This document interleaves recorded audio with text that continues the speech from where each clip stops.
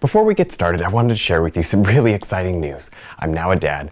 Our baby finally came and we're really excited, and I just wanted to be sure that we shared this news with you guys. Here's a baby photo you might like. All right, let's jump back into the painting.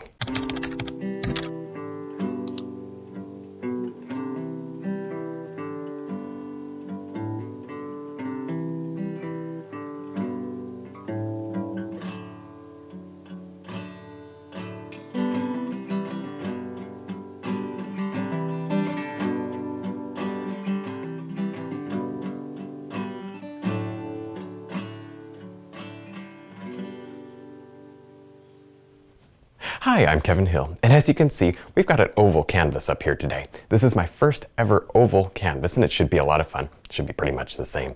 And of course, if you're enjoying these and you want to see more, be sure to leave a like and subscribe for more painting videos. All right, let's get started. We'll start off today with a little bit of blue and white. I've already put some clear gel and white up on the top of the canvas. I should have done it just in the sky area, but I really didn't know. I knew I wanted some softness, and I really didn't know how much of this I would want. So what I intend to do is wipe off the areas before I do any darks. This is only to help us with the soft background areas. This way I'm not locked in, okay, I only get, this much space for softness. It's just a little more free that way. And I am not totally committed to my idea that way. By the way, I always work with an idea. Always good to have something in your mind to look at, whether it's a sketch, a line, a drawing by hand or whatever. Or a good photo that you've taken. That's always nice.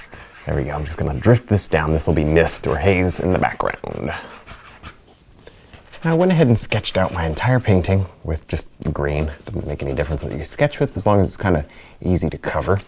And the reason I chose this green is because this is the exact color that I want back here. Convenient. There we go. You see it's just a little white. I used a little brown and sap green. Just toss it all in here. Call it good. There we go. Yes, you can use other things such as yellow to brighten it up. I don't want too much yellow in my painting today. A little white in that because I've got a frame picked out. And maybe if you haven't, I don't know if you painted ovals or not, because I know I haven't done an oval canvas. I've done an oval, matte, but never an oval canvas. So everybody that I've talked to that has done these, they always tell me, go buy the frame at the same time, otherwise you'll never frame it. So I said, okay, I'll do that. So I bought a nice white frame. So I need a lot of nice white colors in this, like pure whites where you wouldn't normally do that. I'm going to do that in this painting so that it really works well with the frame that I've already got. Now I'm going to stroke in a waterfall here, and I really don't think we need to make too much of this waterfall. It's going to be hidden in the background. So there you have it. And again, I'm kind of using a lot of white tones. There's a little blue in it because we do have a blue sky. The light's coming across like this. So you have to imagine the cliff face, shading it, and then it gets highlighted in then another cliff face, just like you would on a road. Same idea. Not too much paint here. Don't want it to look thick and heavy. Okay, good. And then down here, there we go, get some of this going. And we'll just stroke this in. I'm using my wonderful soft 3/4 brush. The softer brushes generally work better for details and stuff. Now I'm just blocking in some of this area with brown. I did a tree that was very dark, and then I just put these rocks in and around it. And I do them in a color that's just a shade lighter so that, that shows up. There we go. Looks pretty good. Let me just fill all this in. I'm going to go fairly carefully around the tree just because I want it to be darker and the rock around it to be just a bit lighter. This helps. The less layers of paint you have down, the better. Okay, now I'm using, this canvas happens to be fairly smooth, more smooth than I'm used to. It's not quite a smooth canvas, but I certainly wouldn't call it medium. So anyway, the paint slides a little more than normal, so that's why you see me wiping with the paper towel. This is a cotton canvas. Oh, and by the way, it's 16 by 20. There you go. A nice little size. Now let's start picking out just a few highlights with moss. A few rocks with moss highlights, I guess. There we go. That works. And what we can do is, if we're struggling to get this to stick, we will wipe it off. If not, then it's all good. Oh, I didn't show you my color. You see, this is a nice cool note. Instead of doing warm highlights, the reason is, there's always a reason, right? Well, usually there should be a reason, because there isn't always a reason.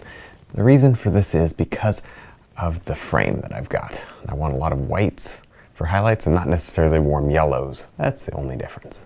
So we'll see what we can do about that today. That looks good.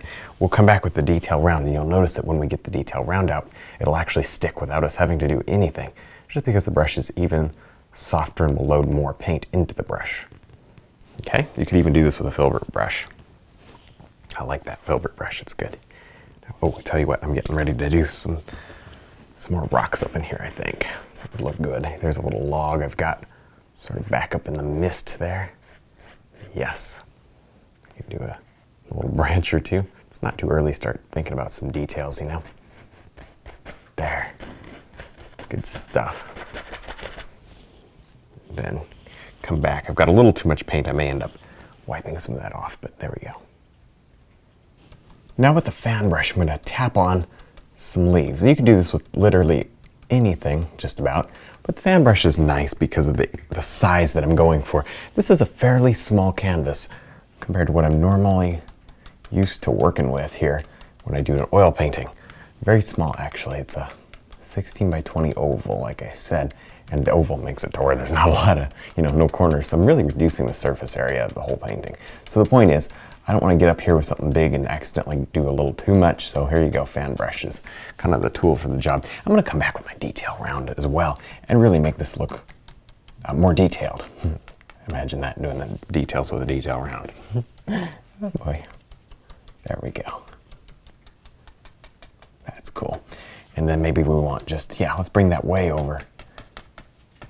And I'm not a big fan of just tapping only. I love tapping because it's fast, but then I want to get in here and I want to do some other textures with other strokes. I don't want people to look at this painting and say, oh, you tapped all those on, didn't you? No, I don't want that. So we'll get around that by putting in an extra stroke or two. Now I'm finishing up here, highlighting a little tree. This is just an accent highlight that I'm adding just at the final bit on the left side of the tree today. Our light's coming across like this. Although we have a little sky here, it doesn't really look like the light source is here, so I'm thinking the light source is way off to the left. There, this highlight is very much white. I did just put a little mud into it just for fun, but very, very much white. That will tie in with our white frame. I almost never have a white frame, but it's about all they had. So, white frame it was. Can't be too picky when you're shopping for an oval frame, I guess. There.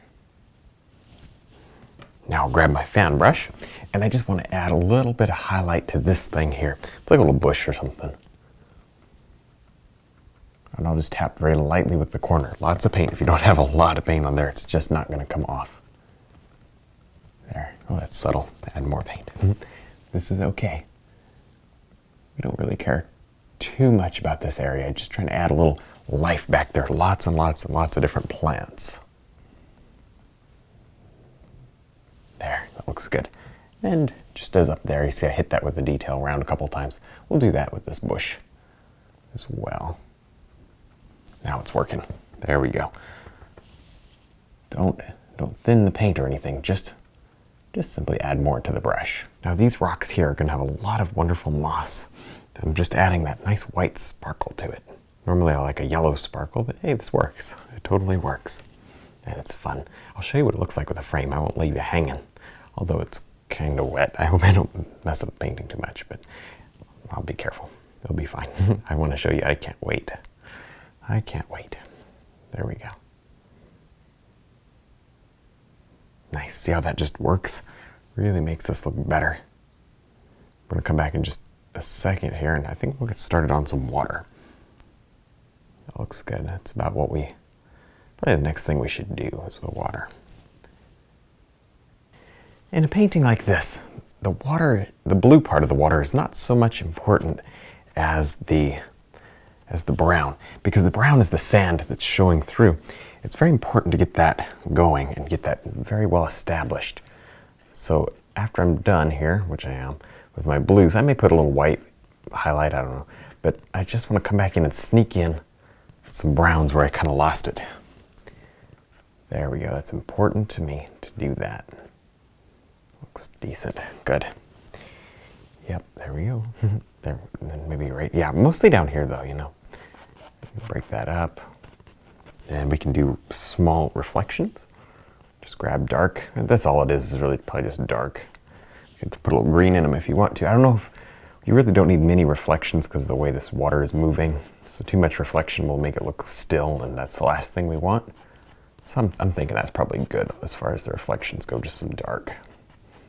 The ovals are hard to paint flat because I want to go one way or the other because I don't have my flat surfaces. I'm kind of using the bottom of my easel to figure out what flat is. That's kind of something interesting that I didn't know before I started. And I'll place in a rock or two that can help to hold this waterfall back.